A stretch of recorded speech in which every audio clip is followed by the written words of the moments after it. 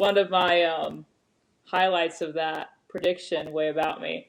The Nickelodeon show called Victorious, and one of the stars from that show, Ariana Grande, she played one of the supporting roles. Oh, wow. But she did sing in a couple episodes, and when I heard her sing for the first time on that show, I sat up and I thought she's gonna win a Grammy one day. Now this sounds like I'm lying, but I am being serious. I really thought that. I thought she's so great. She's gonna win a Grammy. And then as years went on, look who Ariana Grande is now. It's the OnStage podcast with Chris Robert. Welcome to another OnStage podcast. This is amazing. We're getting into summer weather. To tell you the truth, we had like last week, we had one day it was 31 degrees. But now we're back to 20. And now tonight it's going to be like 12 degrees. But in 31 degrees, the evenings, like 9, 10 o'clock p.m., it's like 22 out. Well, we have a really interesting guest today. She's a 23-year-old artist and interviewer based out of San Bernardino County, which means I should be wearing my cowboy hat, but I'm not sure if they wear cowboy hats there. Probably. No? Yes? No? No? I'm seeing if she's going to shake her head in the background there. Okay, and Victoria G's in the backstage right now. So right now she's currently a college student studying graphic design, animation, and motion graphics. So let's bring her here now. Hello, sir. I'm good. How are you? I'm good. It's good to see you. Me too. Thank you. Before we begin, Victoria, can you let us know a little bit of backstory of who you are? Well, I just had a birthday a few days ago, so I'm actually 24 now. So I'm a 24-year-old artist. I do visual art, like graphic design, motion graphics, animation kind of stuff. I'm an interviewer. Been doing that for quite some time, since I've been in college, really. Around the same amount of time I started doing that. And I've done over 500 interviews already, which is pretty crazy. And I am a college student as well. I already have my associate's degree, and now I'm going for my bachelor's. So hopefully I obtain that pretty soon. Nice. That's excellent. So tell us about whatever made you want to get into graphic design, graphic arts, and a little bit about Cinephile Arts and Entertainment, what you do there. And you're using your name, Victoria G, no last name. Wanted to know. Okay. I'll try to go in order. So the reason why I got into graphic design is because I've always enjoyed doing stuff like that when I was in high school, because I was in yearbook and stuff, but I didn't really know what I was doing. And then when I got into college, I actually originally majored at my first college in animation. And then while I was there, I realized that I'm actually really good at graphic design. Nice. Because teachers told me that, so I take what teachers say pretty seriously. Because I guess whenever you're actually in it, you don't see if you're actually good unless someone tells you. And I also noticed that whenever I was given a graphic design assignment, I was able to produce work a lot easier and be less worried, I guess, about how things are going to turn out. And so that's what kind of got me into that, was sort of that I not fell into it, but that I just realized I'm good at it and that I like it. And then with my company, Cinephile, I actually came up with that company during the pandemic, which, when you start a company during the pandemic, you're not going to get much work in the beginning. Get customers and stuff and do freelance work for them. I've done logos for people and stuff like that. And so I've been doing that for about a couple years, and that's been going pretty well. My goal is to expand it more. Like the pipe dream is for the company to get maybe bought by Viacom or something, and then they make it bigger, or that would be nice. But right now, it's just my own tiny little company, and I provide all my artistic services with that. And then why I don't use a last name is because my actual last name is kind of rare. So upon research, I realized I'm like the only person with said last name. So for safety, I use just my first initial. And then I told myself as I get older that I'll just reveal the last name. But then I thought, it actually works. You have a stage name, and there's so many people out there who just use a name and decide on a moniker. Can you tell us a little bit about the type of graphic design that you do, animation and motion graphics? Well, like in terms of like a style, I've always like gravitated towards whatever I've like watched on my own. Because when I was pretty young, all I really watched was like a lot of Nickelodeon and stuff. So like that kind of flat, cartoony, colorful look is what I originally just kind of started doing. And then as I got older and I was in college and everything, I kind of realized, to get hired, you gotta like have different styles that you can do. You can't just do one style, right? So I've been like trying to explore different things that are more like a horror kind of look or like darker. But I mean, like in terms of what I do, like on my own, is usually more like just going back to that flat, colorful look.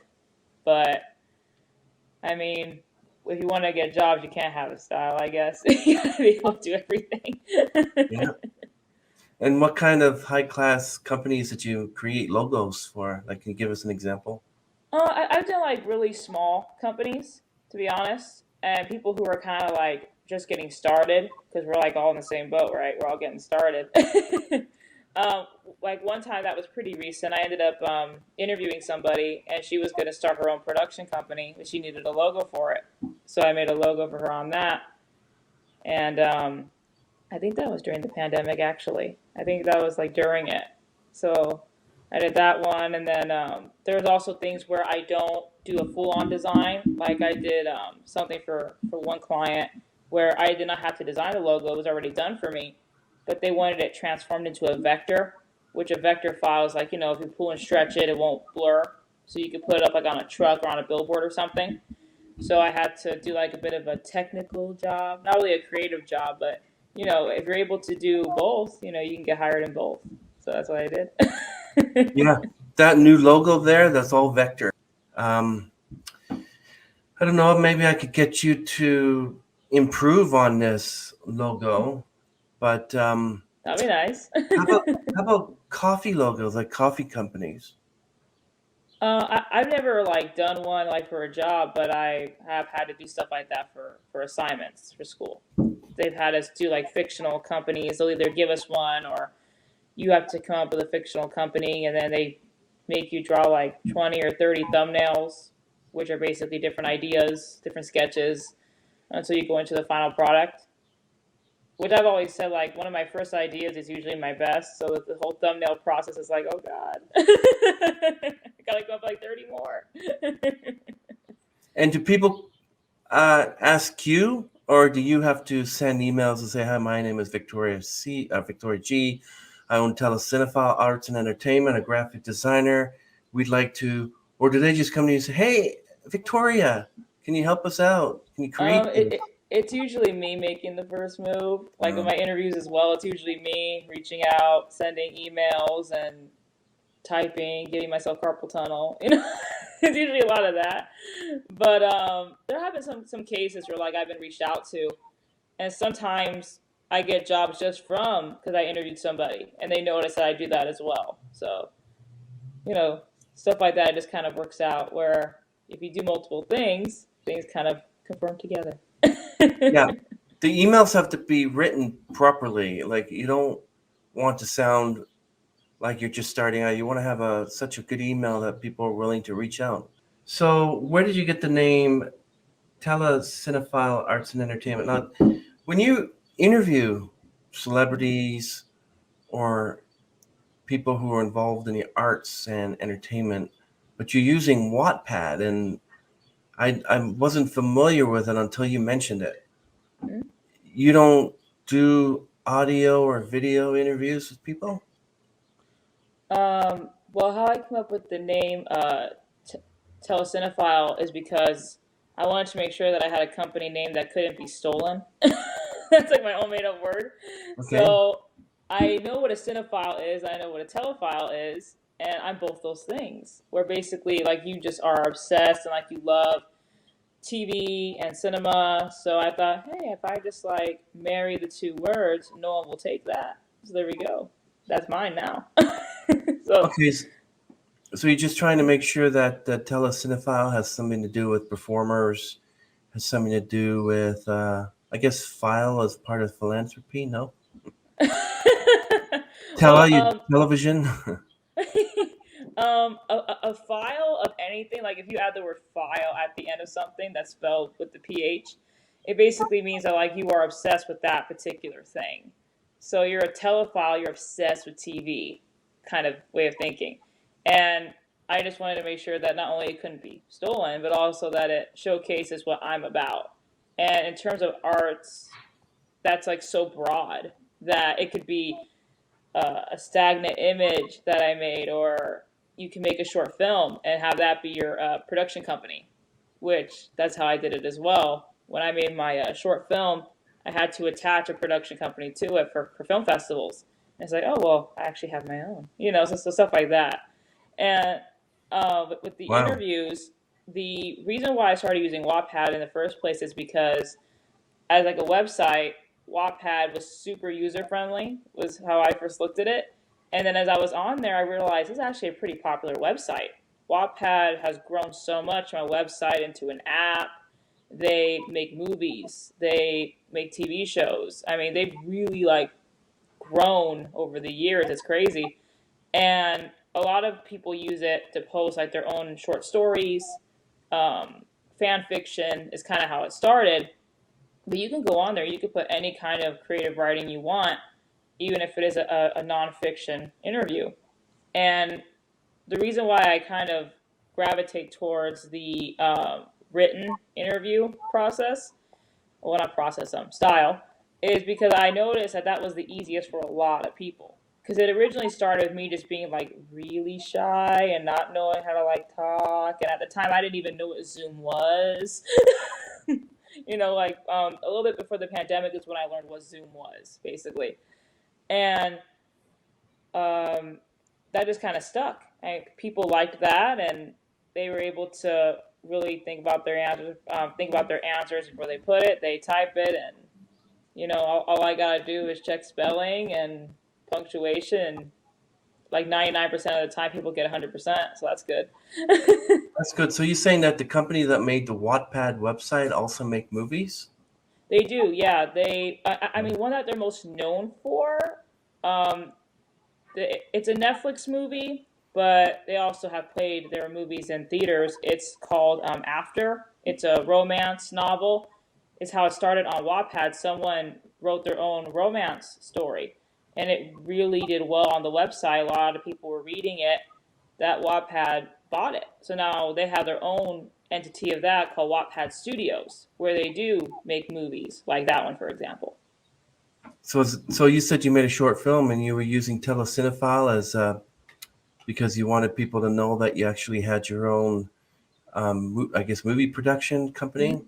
Is that something you might evolve into just doing movies, or are you going to stick with the Wattpad interviews?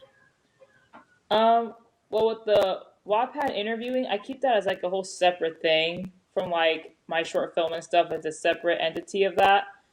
I mean, to combine the two, I guess I would have to do like a short on me interviewing somebody, or something like that.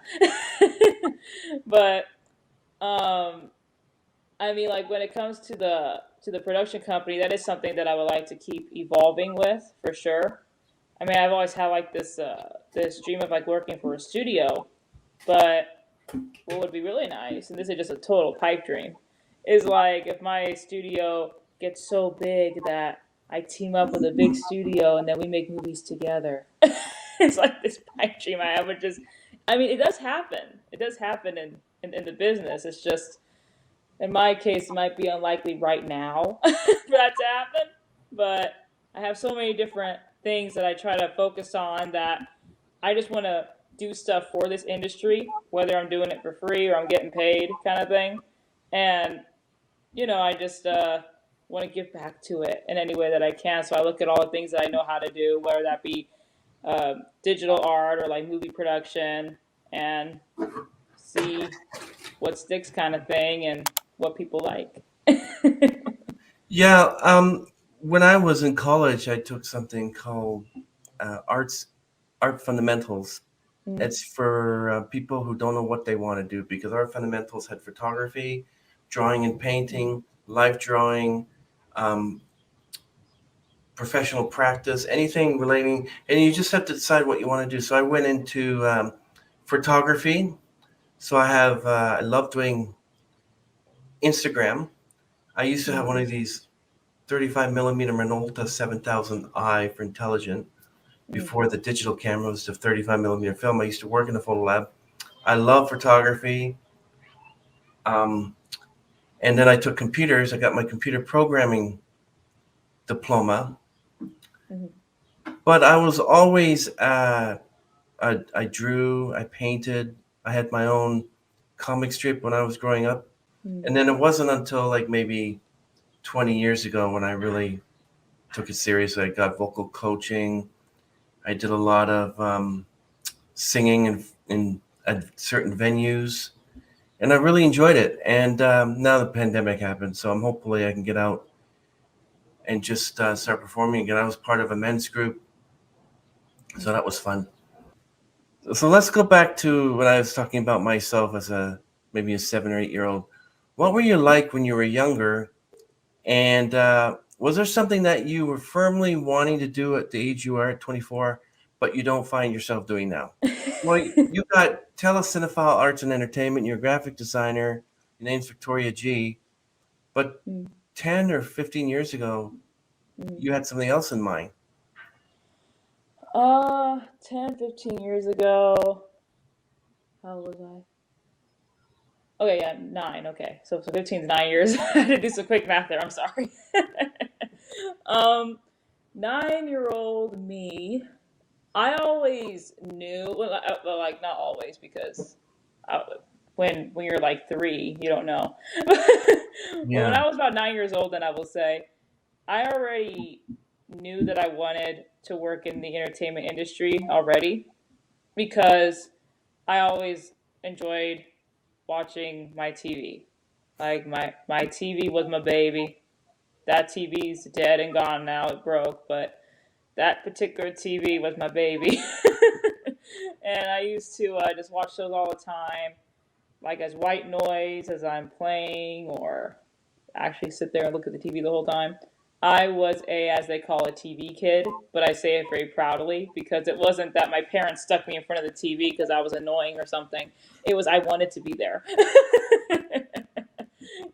Like that was always like my main thing was just to watch TV, watch movies and stuff, and I always thought that I wanted to do that. And like the earliest memory I have of this is about 8 years old when I asked my mom if I could be a little actor child because I was watching a Barney and Friends, and I wanted to go play with Barney. So, so I wanted to be an actor child. That's how it literally started. But my mom was, like, well, those kids are actors. They're not actually playing with Barney. They're acting with Barney. And it's like, oh, okay, well, I don't know, but I always kind of thought that I would have been a good little actor child. So I tell myself, but I probably would have been bad. I'm not like the best actor, so that would have been probably a disaster. I probably would not have got any jobs. So that's how it sort of started with that. And then it sort of branched out to as I got older. Hey, I really like drawing and stuff. And I knew I wanted to go to college for that as well, like for animation and design. And then when I was in high school, I would constantly see commercials on TV again, for the Art Institute. And that was my dream college. Like while kids who are watching college commercials for art, they want to go to Cal Arts and the Arts Academy. And for me, those colleges, I never saw commercials for them. They were more of the out of reach schools because they were like in San Francisco or deep in Los Angeles. While the Inland Empire right here, we actually do have an art institute. So I knew that was my dream school. Went there until it closed. I was there for 2.5 years and the school closed, unfortunately. So I was collegeless for a little bit. And then now at my current college, it's all online. so I get to do it all from home. And this is pre-pandemic too, that it was all online. Um, and but I guess like in a weird way, like I always knew what I wanted to do. As like weird as that sounds, I always knew it had to do with the entertainment industry. And I tried so many different things and saw what stuck, and I found what I'm good at, I guess. Have you ever met any famous people? Like in person, full on meeting. Yes. So like Meeting or interviewed or well, for interviews, I like to think that I interview all famous people. They're all people who are on the TV and stuff, or they make well, their that's music. fine. Okay. But how Yeah. about any biggest celebrities? Oh, like in person, big celebrities. I did go. This was like right before the pandemic. This was like November 2019. That's probably the most recent one. I did go to a meet and greet. It was Abby Lee Miller from the Dance Moms show on Lifetime. I actually did interview her in the past, and then I ended up going to a meet and greet a good like few months later, I think it was. Yeah, because I interviewed her back in the summer, and then in the fall was the meet and greet. So that was really fun. And I've met people like at award shows when I do seat filling. Right after award shows, everyone kind of gets up and they start leaving. But because I'm not part of the mosh pit, I'm inside the seats with all the celebrities. I get to kind of stay after. You get to get people's autographs and stuff. So I met some of the cast of Henry Danger. That was a pretty recent one. Wow. Which I actually met Jason Norman, the star of the show. I met him a couple times. I met him before that when I was about 15 years old. No, it was 2015. So I was 17 years old to get slimed. They were doing this thing where they were sliming people at different shopping malls. And it was like this whole free experience. So my parents drove me to San Diego so I could go do that and get slimed for the first time. And that's where I actually met Jason Norman before. And so I like literally saw him grow up, which is really cool. When you mentioned slime, I'm reminded of that children's Canadian program. How well you can't do that on television. Mhm. And there were a bunch of kids, about 8, 9. Some of them were, I think, 10 or 14. And one of them that kept getting slimed, I Mhm. didn't know until she was a famous musician that she was that kid, Mhm. Alanis Morissette. Oh wow. But yeah, it was a show from the 80s. It was way before she even became Alanis. And if you go type in YouTube, you can't do that on television, and then Alanis Morissette, Mm. you'll see her scenes getting slimed. I mean, did you ever interview somebody like from Hollywood? Harrison So Ford? so like someone who grew up in Hollywood. I I don't know. mean, like in terms of like a star status kind of thing. Okay, let's do that. Star status. Yeah. Have you interviewed anybody that had a star status? Yeah, like an A-lister sort of thing. I'll Yes, be honest, yes. I don't get many A-listers. I have trouble getting those, but I do have a few. I have tried reaching out for A-listers, and I usually get turned away. So, Well, but I have interviewed a few. I have, you know, you at the probably will. time with Dance Moms being as big as it was, Abby Lee Miller, she was A-list, and I did interview someone from the Netflix show Fuller House. Yeah. Oh, Um, I interviewed one of the kids on there, Michael Campion. So at the time that that show came out, that would make him A-list too. Um, who else? Like when their show was like really big. I'm trying to go by that. Um, there is a show. Well, it's gone now. It got canceled last week. But This Is Us was a really big show, yeah, and it's been on 5, 6 years, I know, or 7 years. yeah, yeah, that one just ended last week. And but before it ended, I did get to interview two of the stars from the show, two of the kids. So that was really cool. Nice. And so, I mean, like, when I say people are like A-list, to me, it's more of, well, what's the project that they're doing at that time that would catapult them to that star status kind of thing. Because it's very rare to stay A-list the whole time in your career. I think that it depends on if you're doing a blockbuster or something, then that catapults you. And I would say, like, out of the 500 or so people that I have interviewed, maybe like 2% have been of that status. And a lot of that is because I'm just lucky that they even said yes, because I've had a lot of trouble getting A-listers. They want you to be part of this whole official press junket, and then you have to get selected with a group of other journalists. And you need a publicist, but Yeah. yeah. So tell us about your music. Well, I started doing music pretty young. I was doing piano at like 4 years old, and I still do piano. I still take piano lessons, and I've had the same teacher the whole time. And I started doing guitar at around 12. But with guitar, I never took any lessons. I always just kind of just did it on my own because I bought a guitar and I thought I'm going to teach myself how to play this. Which piano for me, I would say is easier because I've been doing it longer, so I seem to know more of what I'm doing. Like with piano, I could read music, and with guitar, I really can't. So you play by ear? A little bit, yeah, a little bit. Also, that I'm just kind of messing around with it. I've had a guitar for a while. I started on a SpongeBob guitar, and then it kind of just grew, and I broke the strings on that. Then I got a real guitar after that. When it came to music in my family, no one in my family is particularly musical, but they still wanted, myself and also my cousin, because we're the same age, to do something musical and see if it sticks and stuff.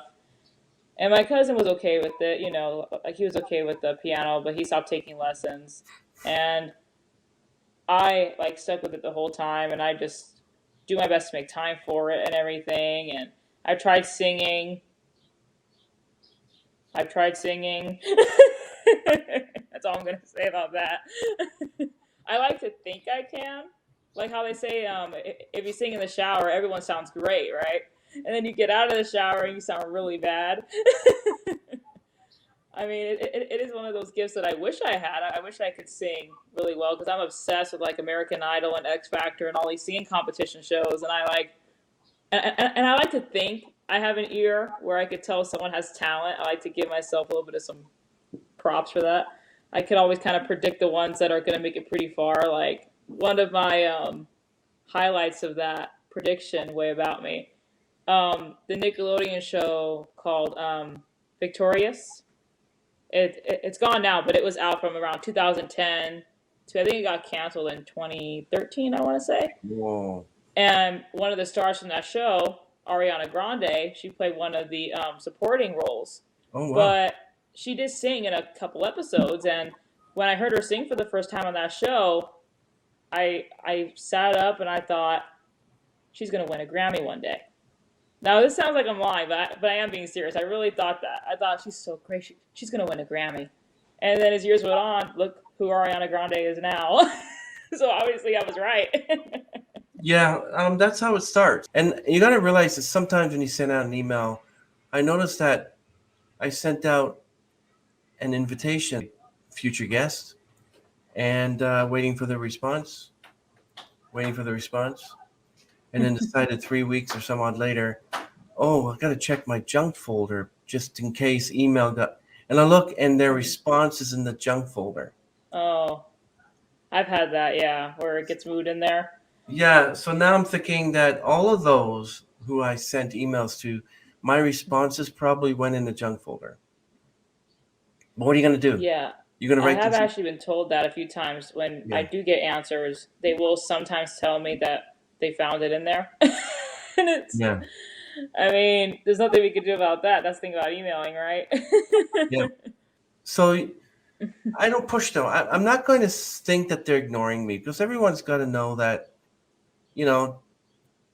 like I had a few who said, sorry, we get invited all sorts of places. We have to make choices and we can't, we decided, it's like nicely, not like we don't want anything to do with you. And so we're like, we're unable to take your invitation because we got all these other invitations. That's the most nicest rejection I've ever received. You might call me a sucker for Hallmark movies, but there's one of these celebrities or actors who actually are part in the series, and I wanted to invite them on. Mhm. So I sent them a messenger message in about 3 weeks or whatever message they said, my manager will have to fine you for contacting me directly. And I'm like, okay, Mr. High and Mighty, I Oh don't like wow. I don't want you on my podcast. You're gonna think you're special.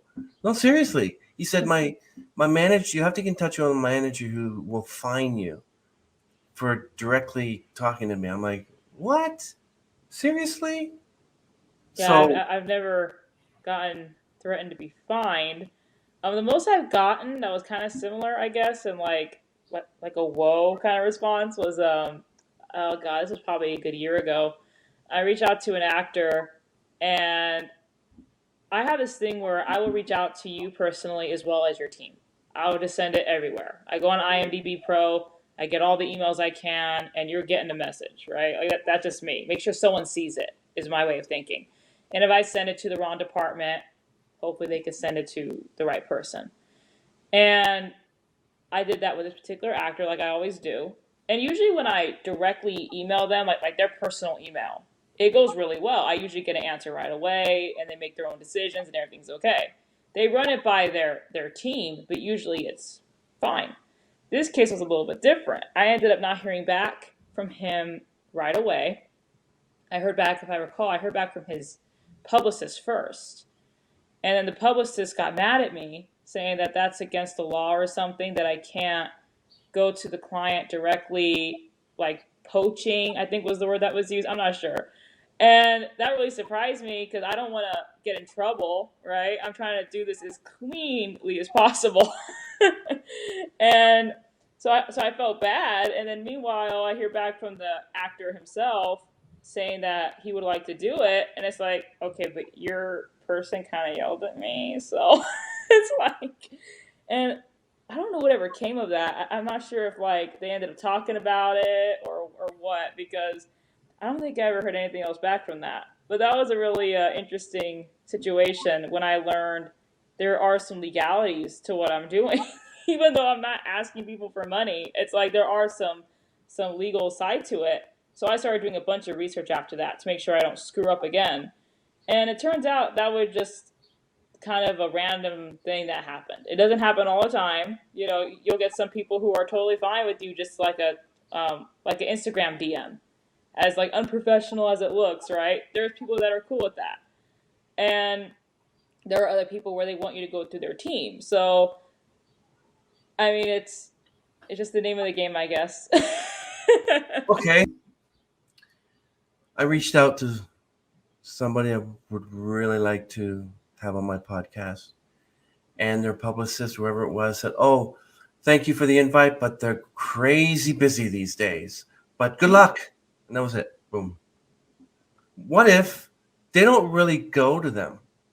They just say, oh, someone wants to invite such and such up. Nope, nope, nope. But they never really were told. And they might say yes, Mhm. but the guy is so higher in his head thinking, I'm this guy's publicist. I got to do what's right for him. I'm his manager. So yeah, I would actually reach out on Messenger and emails, and for Mhm. booking, contact this person, and I send an email. This was, oh, I'm sorry, at the moment they're booked or whatever. So I'm like, why don't I just send an email directly to them at the first moment, right? Mhm. And stuff like that. So, but yeah, when he said that, oh, I'm sorry, my manager will have to fine you, Mhm. fine me. What?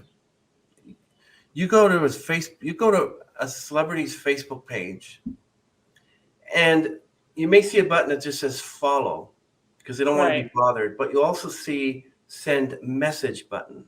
Mhm. You should know that you have to send message button, that people are going to take advantage of that, send you a message. And they never Right. think of that. And I've been treated with kindness, and I've been treated, well, not with contempt, but I've been treated like, I'm going to fine you. But apart from this person, a lot of their publicists and managers say, well, they're crazy busy these days, or they're, scheduled, they're sked is crazy busy these days. or Right. people will actually reach out and say, thank you for the nice invite, but we got so much on our plate right now, but I really appreciate, but do you mind if we revisit it at a certain different line in the future? Hmm. So at one point, they're going to reach out, hey, remember me? You invited us to podcasts a year ago. We'd still be interested. Sure. I'm not going to say, oh, why did they say no? It's be kind. You're safe here. Have fun, communicate with you. I made a lot of friends. Right. So stuff like that. So let's talk about that. You recently teamed up with cafepress.com to put your designs on shirts, buttons, and mugs. So can you tell us about that? Well, I actually did that like a few years ago. I ended up doing that when I found that you can make your own little online shop using Cafe Press. It was a few years back, yeah. And I've always used Cafe Press to buy shirts and stuff. And when I discovered you can make your own little online shop in there, I used some of my excuse me. I used some of my graphic designs to put on shirts and stuff, and people want to buy merch. It's in there, you know. And so that was really a nice thing, you know, because I don't have a shirt press maker or anything like that. So all I gotta do is just make the art, and then they have their factory and they produce it. So that's really cool. And I do the So same thing for when I had a little YouTube channel with my cousin. We had a YouTube channel called Cousin's Corner, and we use that same website to do Cousin's Corner merchandise as well. So it's a really good little website. We spell it kind of funny to make it easier to find. It's Cousins, but instead of an S, it's a Z, and Corner, instead of a C, it's a K. So we spelled it kind of funny that way. Again, you don't want people stealing your ideas, right? We did 100 episodes, and then we did stop back in 2020 oh wow. because with the pandemic, it got a little bit difficult to keep meeting up and filming, and his Oh school no. schedule versus mine and stuff. But we did it for about 2 years. It was a nice little project that we did together. And if you can't find it, it's probably because it's too old now. I don't know if that's why YouTube does that. I'm not sure, but it's on YouTube, everything. Well, it's still on there. I mean, I'm not going to delete your channel anytime soon. I mean, there's tons of channels that are dead in the water Oh, that yeah. YouTube just leaves them. Oh, yeah. Yeah, they don't, I think, even delete anything, even if it's like a dead channel, as long as you're going in there once in a while, you like a video from somebody else, it shows that someone's alive in there. Well, that's too bad that you're not continuing it. Is there something that you're doing now with the t-shirts and the graphic designs? You're still doing it with this company, or did you stop that? I still have all my designs on there, so if anyone wants to go in there and buy something, then they totally can. It's all through Cafe Press, and then I would basically get notified if someone bought something. Do they still contact you? Um, I did get notified like a few times. I get notified that someone bought a shirt or something. You know, I mean, it's not consistent. It's not like I'm like Walmart or something where people are constantly buying stuff. But yeah, I've been notified a few times that someone bought something, and I use just Cafe Press for that. I don't have my own personal online store. I use their service, and my own little online shop is in there basically. So what do you think of Squarespace? Is that something you'd be interested in using to build a website or something? Yeah, I've thought about building a website, but I've just like really gravitated towards the magic of social media. And the social media is kind of like a website now. It's crazy. You have all your contact information on there, you put all your work on there. And I want to like do a website and put everything in there and use like a Squarespace or a Weebly type of builder, but I've just been having such good luck with social media that I haven't done that as of yet. Yeah, what's this? There's something that people use. It's sort of like you just have one little link, and when you click on it, it gives you your Twitter, your Facebook. Right. Yeah, Yeah, it's called Linktree. Linktree. That's it. Is that something Yeah. you use as well? I actually have never used Linktree because I just have everything identical to each other. So like if I put something on Facebook, it's also on Twitter. It's also on Instagram. I'm a little boring where I don't post anything different. So I haven't really done the whole Linktree thing. and my username is the same everywhere. But my main link that I have people focus on is my new short film, basically. And before I put that up, I had on there my cafe press shop. So I just have those two things as like my main links, because those are newer things or things that are constantly changing and stuff. But with social media, I'm pretty boring. If I post it someplace, it gets posted everywhere else. The only one that I would say I'm a little bit inconsistent about is Instagram, where I will have things on there that aren't on Twitter and Facebook if they're just me doing something random. Like if I take a selfie, I'll just put it on Instagram. I'm not gonna bother people on Facebook and Twitter. But if it's like an interview or something, I make sure everywhere gets it. Yeah, the same with me. I use the Parish Torch, make sure it's consistent. It's Facebook, Twitter, YouTube, Instagram, and Smool. Mm-hmm. But I just recently started a OnStage podcast Facebook, so I stream things there too. So it's just YouTube and Twitter. So I stick with that. I just joined TikTok. It's the Parish Torch and TikTok, so I should have the TikTok thing there as well. So I'm getting to a point. I said, okay, I'll join TikTok. You only allow 15-second videos and everything. So what would you like to be known for? Graphic design, music, interviewer? Like, where are you gravitating towards? Were you just going to do one thing, or are you just going to try to do it all? The ideal way is like to do it all. But you can't really like predict what people are going to know you for. Like you could have an idea of, hey, I want people to know me for this or something. But I don't know. I mean, I've always just thought people should know me just as for being an artist, period. And because artists such like it's known in so many different forms. I mean, even interviewing, there's like an art to interviewing, I feel like in a way. And but when I say like, oh, artist and interviewer, just easier for people to be able to like differentiate between the two. Like, okay, so this person does both, right? And but I think in a way, people probably know me more for my interviewing at this point because it's more consistent. There's constantly an interview being published versus I could go like a couple weeks out putting an art piece or something. But I think that's because art takes more time than interviewing. I mean, half the job is done when the person answers the questions, right? So all I gotta do is just read it and then put it up. While the art, it's like it's all on me. Did you grow up as a shy kid? I would say like shy kid in a way. Like I was one of those people where I'm really, really quiet and I'm just observing everything. And then if I feel comfortable with that kid, then I'll go talk to him or her. you know, I'm more of a quiet observer first, and then I talk. But but I think that's part of me being a Gemini too. Is that split personality thing? Like you're shy, but yet you're outgoing.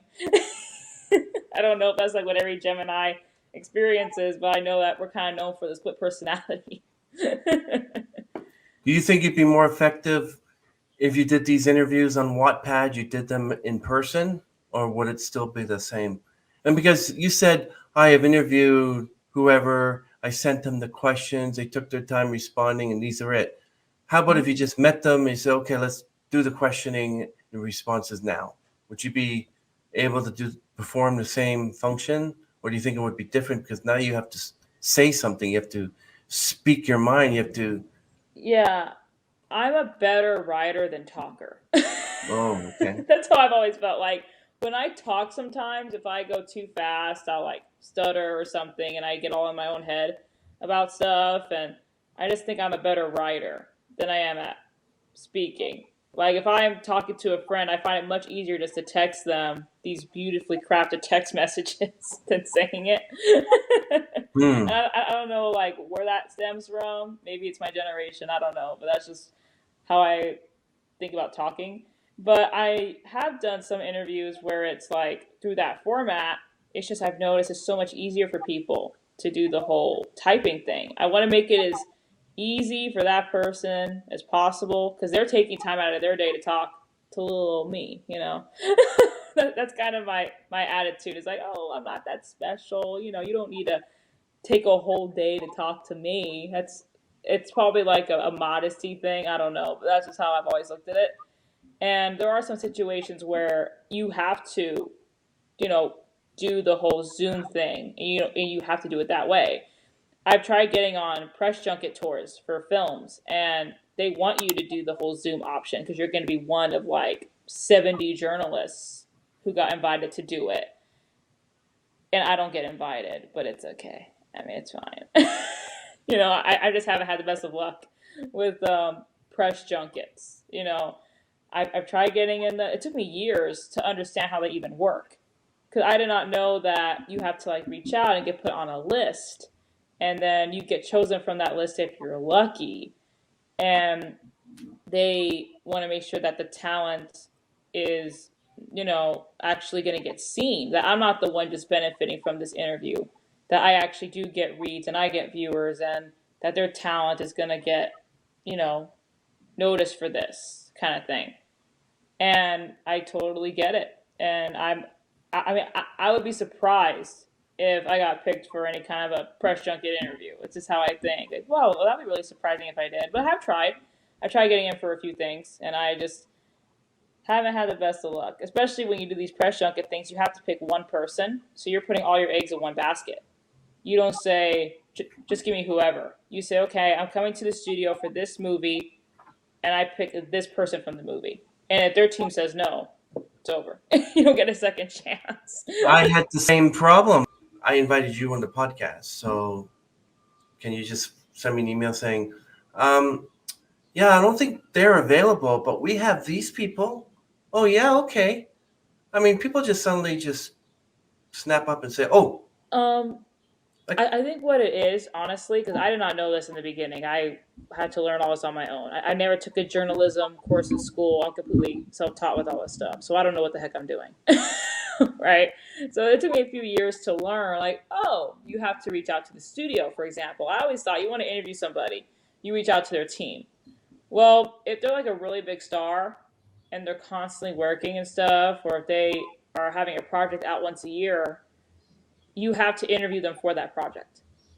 And you're part of a press tour kind of thing. They're not going to just talk to you, take a whole day to talk to you, right? Because you're part of like 100 people or whatever. And now with COVID, there's so many less people. They'll have you like in a Zoom call with about 40 journalists or whatever. I mean, press tours now are much smaller than they were when I was growing up. When I would see the big old stage and it was a whole thing. And then when COVID hit, that all went away, it feels like. But I tried getting on the press tour for the movie Tenet. I don't know if you heard of that one. Yeah, that movie came out during the pandemic. So, of course, no one got in because we did not get a American press tour for that. Any Tenet interviews that you look up, they're all from another country. And I was in touch with somebody from Warner Brothers because I kind of learned as I was talking to people, like, oh, I have to reach out to Warner Brothers to be a part of this press tour. I can't contact the actor's team or the director's team. And how I learned that was just by trial and error, trying different stuff. And I reached out to them, and they told me, well, because theaters are closed, we're not doing a American press tour. So you could say I was rejected, but in actuality, everybody in America got rejected. And that's what I was willing to do. I was willing to do like a whole Zoom thing and be part of that tour. But I couldn't get in because no one in America got in. Like, there are certain journalists who get everybody. Like Jimmy Kimmel. He gets everybody, right? And if Jimmy Kimmel couldn't get anyone from Tenet, nobody was. And James Corden gets to do karaoke in the car. Right. Car karaoke. Right. So different talk show hosts like that, they're like the blueprint for, hey, if they couldn't get them, no one's getting them.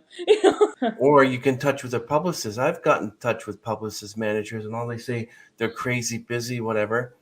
So I prefer to connect directly to them themselves with the email that they provide. And also when you were talking about how those that you want to interview, press conference, and you got to kind of strike while the iron's hot. Yeah, it's all about timing with that stuff. You communicated and connected with me. So my manager needs to fine you for that. I'm like, okay, dude. So is your throne made out of gold or what? Like you're just a normal person. Yeah, You I know? mean, when it comes to this kind of stuff, it's not really like someone has a big head or anything. I never really looked at it like that. It's always like when you have a team of people, they're going to look out for your best interests, I feel like.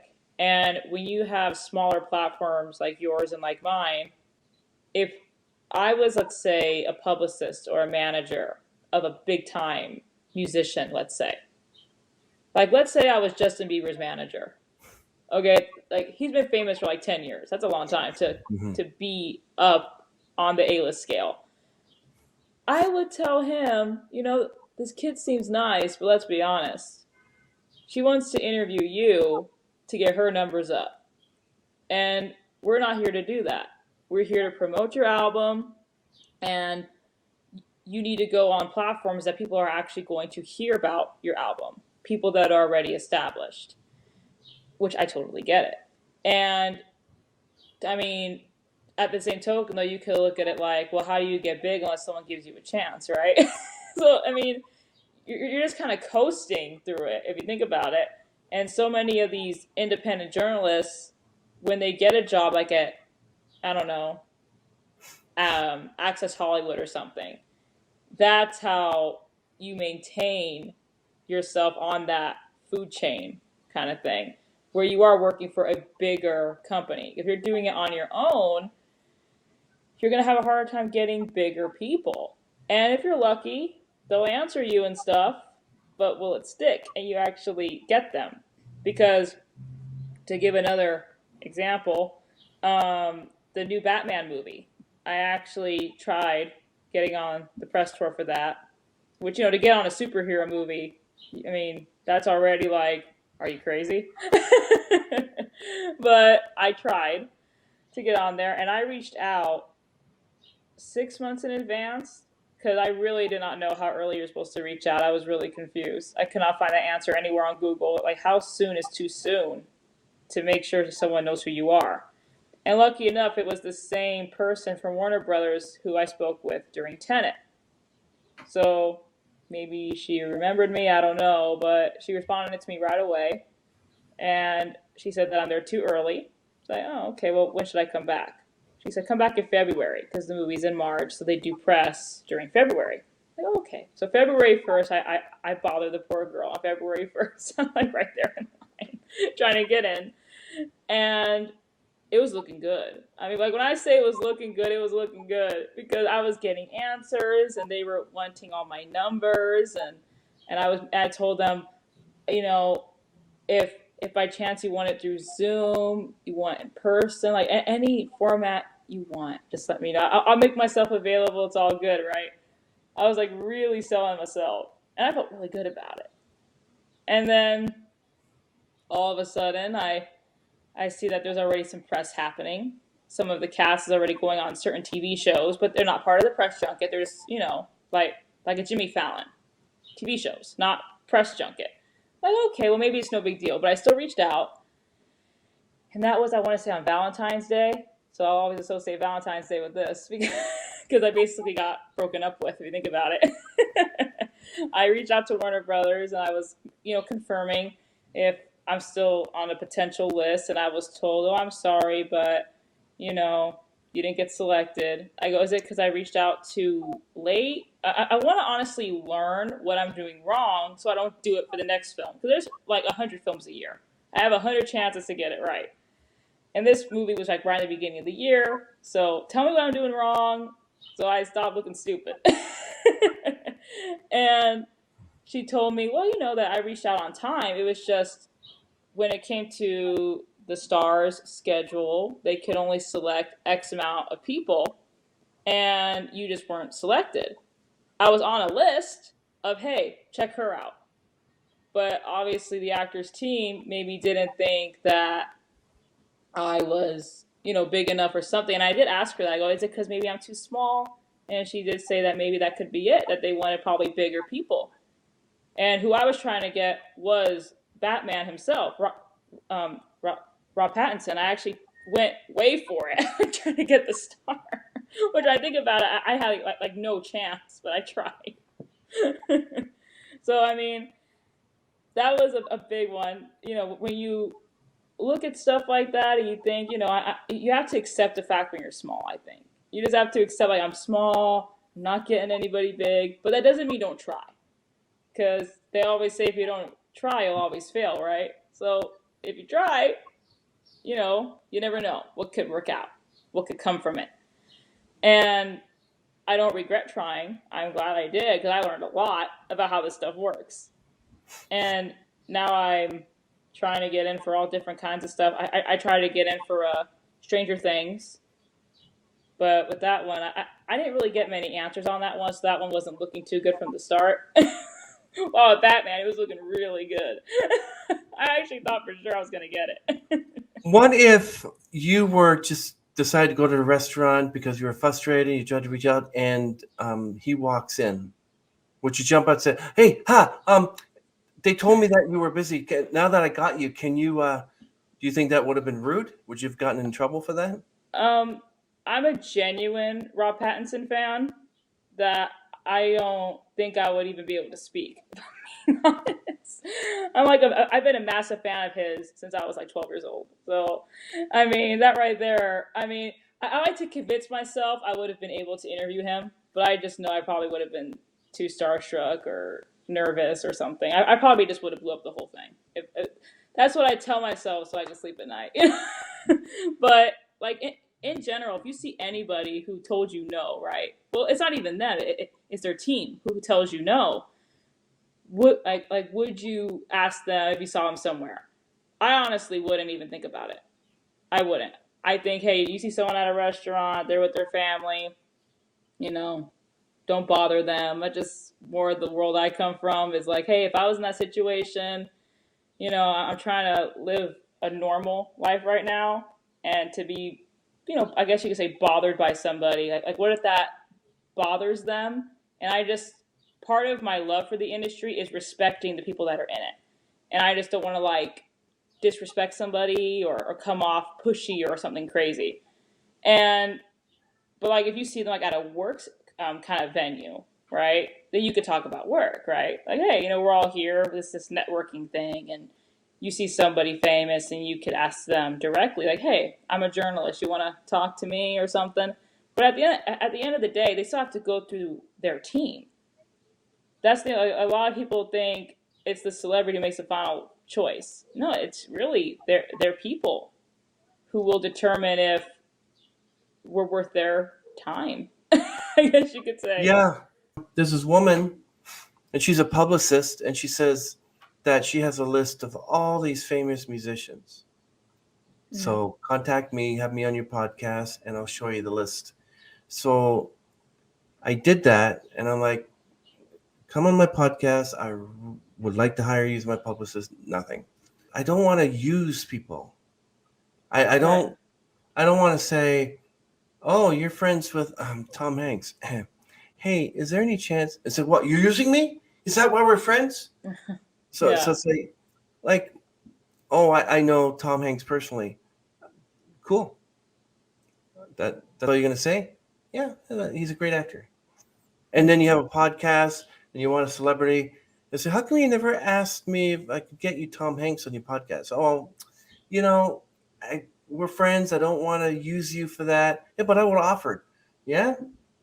Okay, see if he's available. But I wouldn't say, so if you want to make friends, you tell people that Harrison Ford is your uncle, or such and such. They'll be all over you. They'll want to be your friend because they don't care about you. They want to meet them, right? I've had that several times, and to tell you the truth, I'm tempted to actually hire a publicist and pay them to find me. Just like I do all the work. I got my own publicist, but if I had one, I could pay them to locate these people for my podcast. All I have to do is set it up, sit down, boom, do the interview. Otherwise, I'm sending emails, responding to them, telling them the times that I have available. I don't do podcasts on Sunday anymore, this and that. But I'm not going to use somebody and say, I know this person, I know that person. How did you find me, by the way? I'm just interested. Through Kylie, actually, because you interviewed her. Nice. Yeah. I'm gonna see if I can maybe. I had a publicist contact me. She said that she had someone in mind that would love to be on my podcast. I just freaked out and said, "Yes, I am glad that you chose me. I really appreciate that. You make me feel good."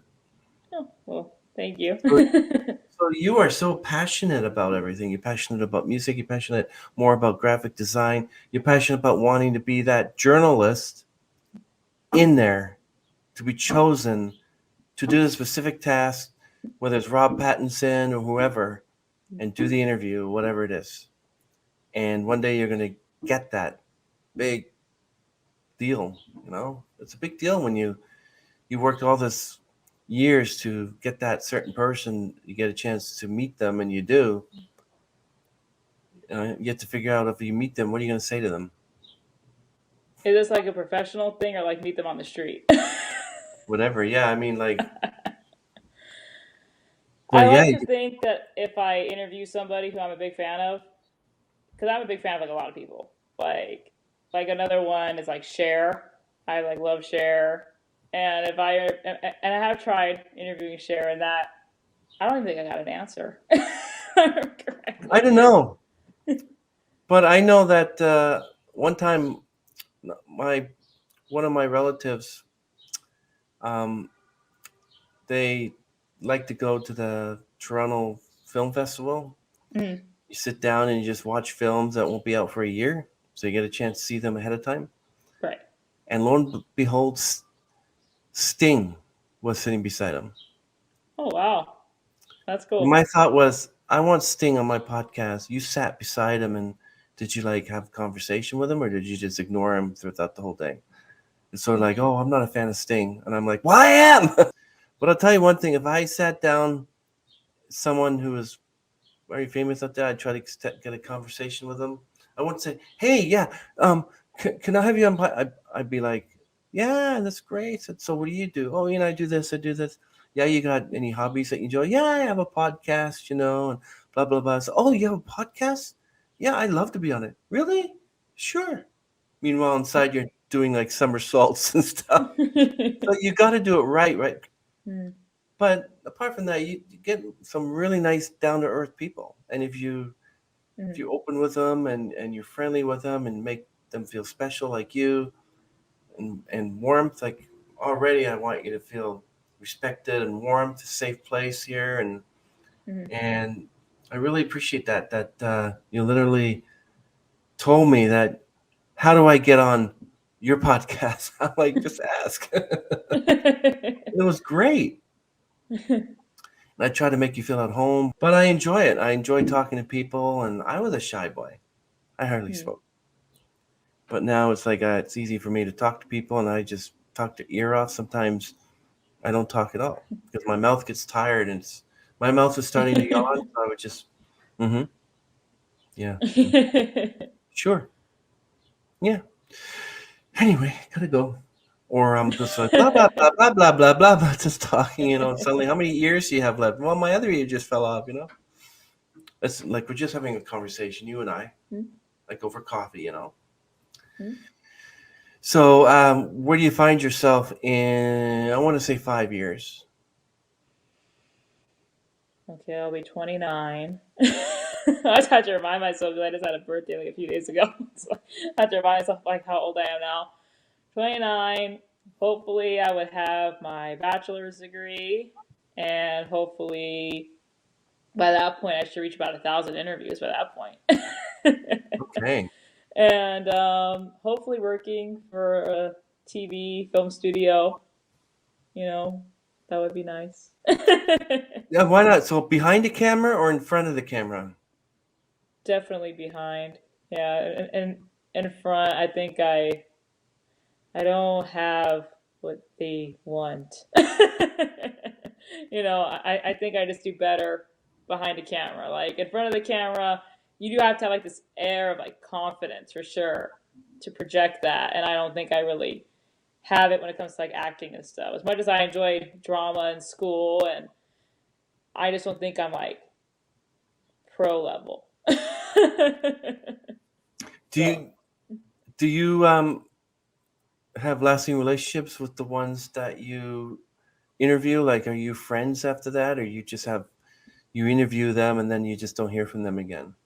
It really depends. I mean, there are some that it is like just to interview them, that's it. Because a lot of the time, I'm talking to their team, and then they're sending me their answers or something. But there are Oh, like certain cases where I do like maintain a good like like a friendship with them, or like or like there have been a couple times where they also do interviews, and then they've had me on like their show, so they like return the favor kind of thing. nice. And like you say happy birthday to the person and stuff. So I would say nice little acquaintanceships after the fact. Acquaintanceships. I like that. That's a new word. Hey, can you add it to the web series next year, please? I like that acquaintanceship. Yeah, actually, that's a good word. I don't think that exists, but great. Wow. Um, yeah, that's awesome. So tell us, Cinephile Arts and Entertainment. What an amazing, amazing name for a company. And you've actually registered it and you have a logo for it. I think you do. Hmm. And it seems more professional when you tell people that you're from. Do you say you're from Cinephile Arts and Entertainment or Cinephile? Well, like whenever I'm doing like reaching out for interviews, and I don't really mention it because the interviewing is just Wattpad and that's it kind of thing. But for art, I will say that I have a company, and here's the full name, and here's a link to my work, and you kind of have to like sell yourself a little bit different. I think when you're doing art, people want to make sure you actually can draw and stuff. Yeah. When I was first starting, some of them would come back and say, "Well, you're not really fully established," and I don't really know. I'm like, "Huh? Fully established? Yeah, Like, what does I've that never been mean?" told that directly, but you can kind of tell it, like when they say, "Well, you're smaller," kind of thing. Like, that's the word that's used. Well, because you're Ooh, smaller, ouch. and trust me, I own it. Like, yeah, I'm small, and I have a lot of audacity trying to get your A-list client. I know, trust me, it's crazy. I don't So get do like you? offended by it because I agree. It's like, yeah, I'm small, and who the heck do I think I am coming in here? My name is Chris. I have a podcast called On Stage. This is what I do. Here's the YouTube link. You say, "Well, we love to, but this and that," or they say, "I love to." I'm not going to try to put a wool over your eyes. Say that such and such. Just because let's say I interviewed Harrison Ford. Yeah, and just recently I interviewed Harrison Ford, thinking that say, "Oh, okay, Harrison Ford, great, the car dealership." You know, oh, you didn't not Harrison Ford, the actor? No, Harrison Ford, the president of the cigar company. But I'm sure that you're going to get. I hate saying famous because everyone's famous in their own mind. I don't. You're going to get that Hollywood type person who did movies, that did singing, everyone knows, put out records. One day you're going to get that certain person. Then you have to Right. figure out what are you going to do when you do. Like, what would your reaction be? Well, because I always try to think that I would be able to just kind of like be calm and stuff, but I mean, just the process of like applying for these press junkets and not knowing if you're actually going to get them or not, I'm already like thinking, well, what questions am I going to ask in case I do get picked, and I write them down and stuff, or like I think I over prepare when I don't get picked anyway. But I over prepare thinking, what am I going to wear? And stuff like that. When in actuality, you're too small, and it is what it is. But When they say you're too small, that is like, oh my goodness, you're too small? Excuse me? I mean, no, and that's the thing, and it probably should bother me, right? Because some people will probably get really bothered by that comment, but it doesn't bother me. It's like, yeah, I know, huh? Like I own it that I am small, that I'm not a James Corden. I own it. And I understand it's like you reach out, the chance of them giving you their client, it's very slim. And I know it is. I know it's very slim. But I gotta try it. Because if I don't try it, I'm always gonna wonder if I could have got it. That's yeah, just my personality with everything. I have to it's try. yeah, it's not a lie to say that my own company, Cinephile Arts and Entertainment, and I interview celebrities.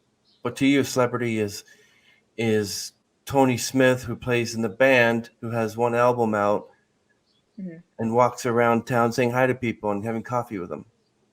But people say, "Oh, you have Telecinefile Arts and Entertainment, you interview celebrities. Oh, we have one for you here." It's not a lie to say, "My name is Victoria G. I own Telecinefile Arts and Entertainment." Oh, yeah, what do you do? Oh, we interview celebrities. We talk to people. We do logos. We do a lot of graphics arts. Wow. And then that's all you have to say. Let's see what kind of celebrities. Then he says, "Well, there was this TV show. Wow, that's great. Oh, yeah. And I also have this movie. Oh, you know what? I have someone for you. I think I actually had that where a friend of mine got me somebody on my podcast, and then they told me that they knew people. You know people, they'll know people, and then so it actually works out. But if you Right. just say, "Oh, I'm a small little company, Cinephile Arts and Entertainment, and we interview people who are celebrities, but not everyone knows them." I mean, Yeah, I've it's always felt that in writing, like you really have to oversell yourself. I have experienced that where I have to make it look a certain way. I have to, like, I know I'm small and the numbers will show it. There's no hiding it. But I try to make myself come off as professional as possible and as much like I know what I'm doing as possible.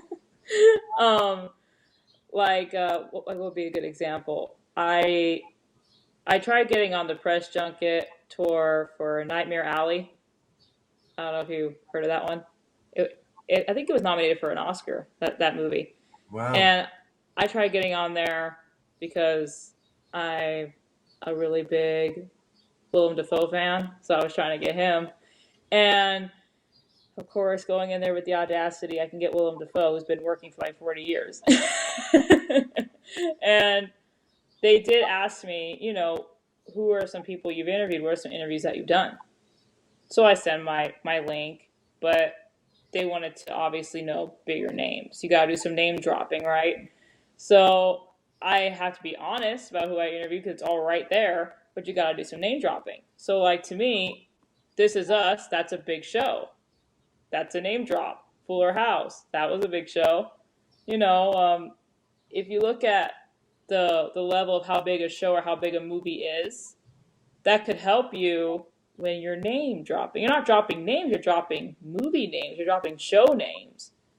Because I don't want to make anybody feel like they're more big than somebody else. To me, that's not right. But unfortunately, they kind of want you to name someone bigger, right?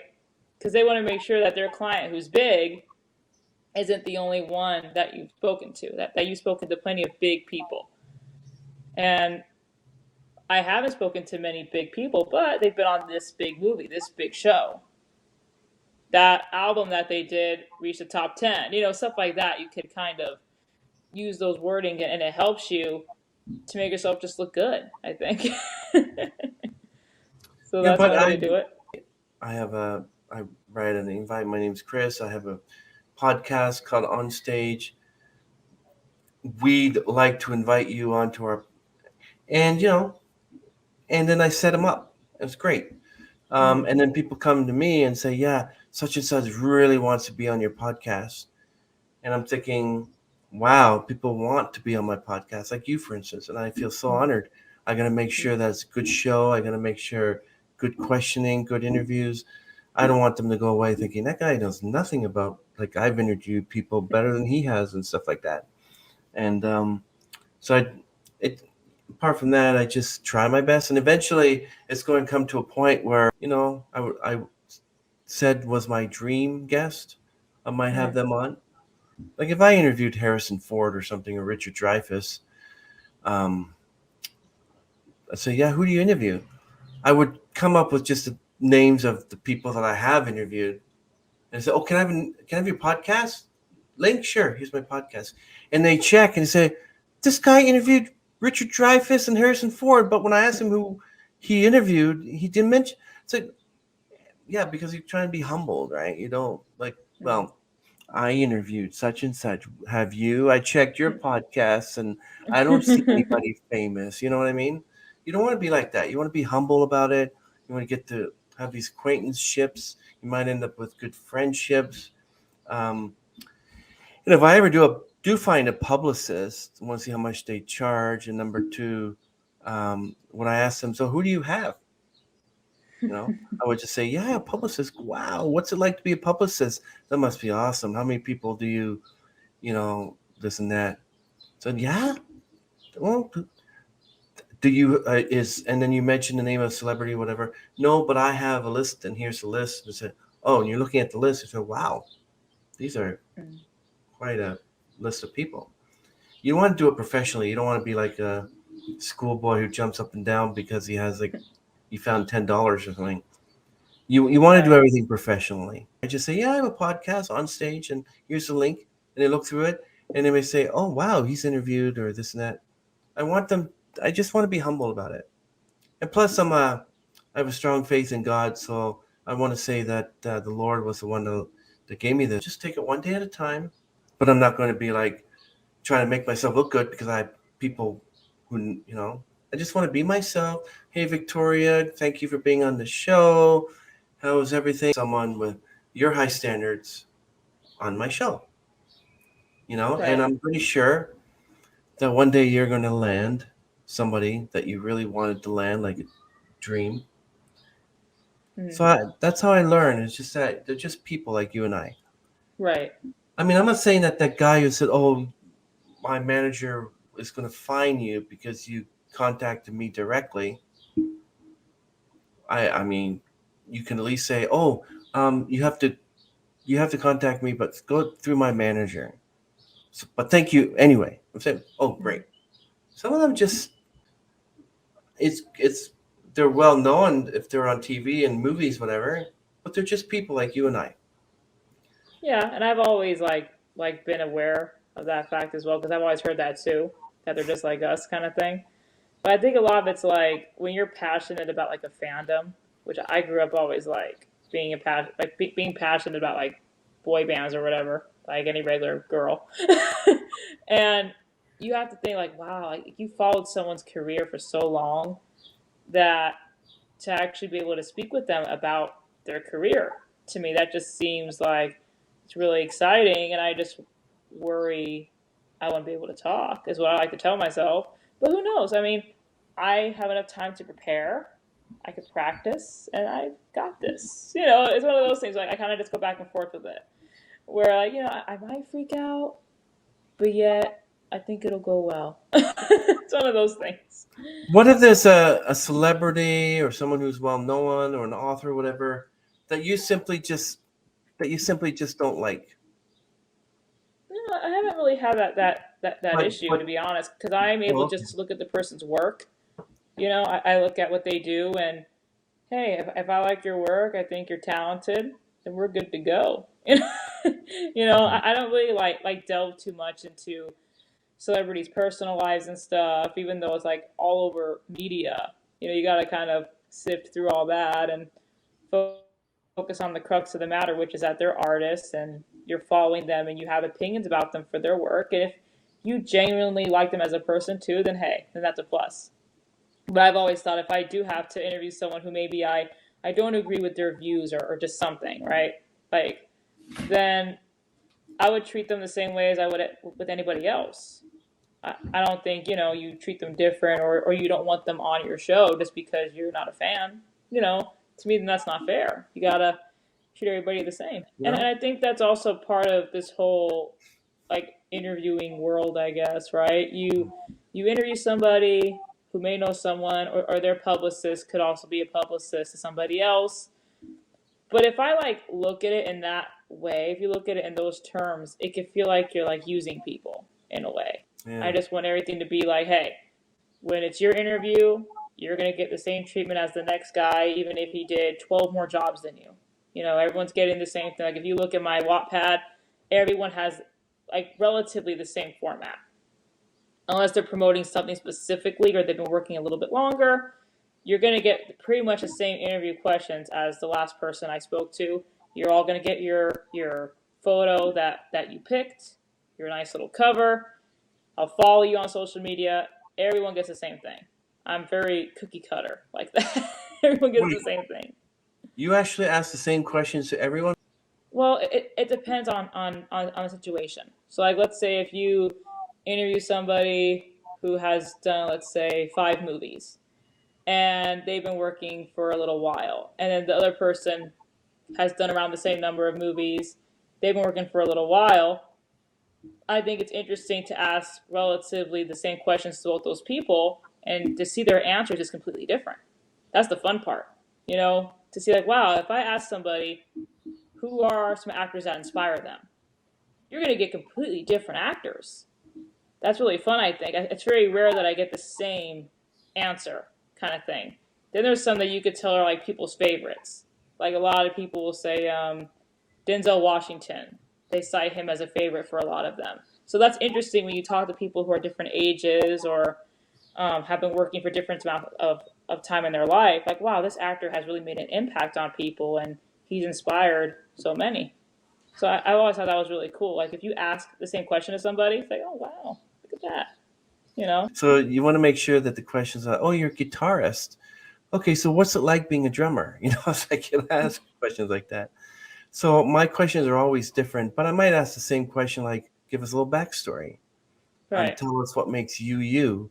What are you passionate about? Stuff like that. You may have 5 questions, and each question might lead to more questions. Like, Right. tell us what you're passionate about. Well, I like my dog, and what's your dog's name? Oh, that's a great name, and stuff like that. Mm-hmm. So I try to keep it real, as they say. Right. And I I feel think like that. with anything in the creative world, I mean, with so many different things with that, there's always at least a moment that sort of inspires someone to take that on. Whether it was, hey, their mom put them like in music lessons and they realized that they really like it, or they literally watched TV and was like, I want to do that. I mean, that's like always the first question I ask people is what inspired you to do blank? Because there's always a moment, even if you don't realize it was a moment, there was a moment that you were kind of like, that's what I want to do. Even if you fell into it, there was a moment that you fell into it. you And know? what inspires you to do what you do?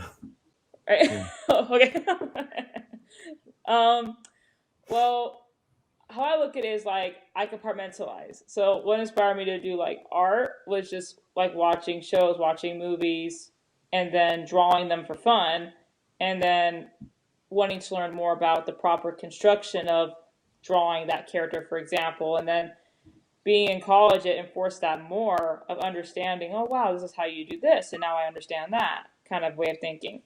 And then with the interviewing, it was just being a fan of just watching interviews. Like when other kids were watching like video game tutorials on YouTube, I was watching interviews. I was watching like interviews of celebrities that I just like or singers that I like, and I always think it's interesting to just learn more about somebody beyond their work, and even someone's interviewing style.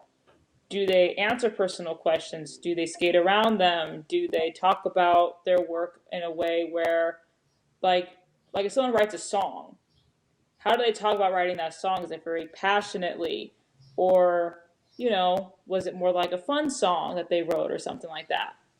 And I think that just it's always been very fascinating to me how people answer their questions. And like when it comes to starting a company, I relate that back to art as well. I mean, everyone started off small at some point, then they grew bigger. And there's nothing wrong with having a pipe dream of being bigger. Even if it may not happen. It's fine to be very free thinking in that way, I think. You were fantastic. You're amazing. Thank you. But why don't you give my interview process between 1 and 10?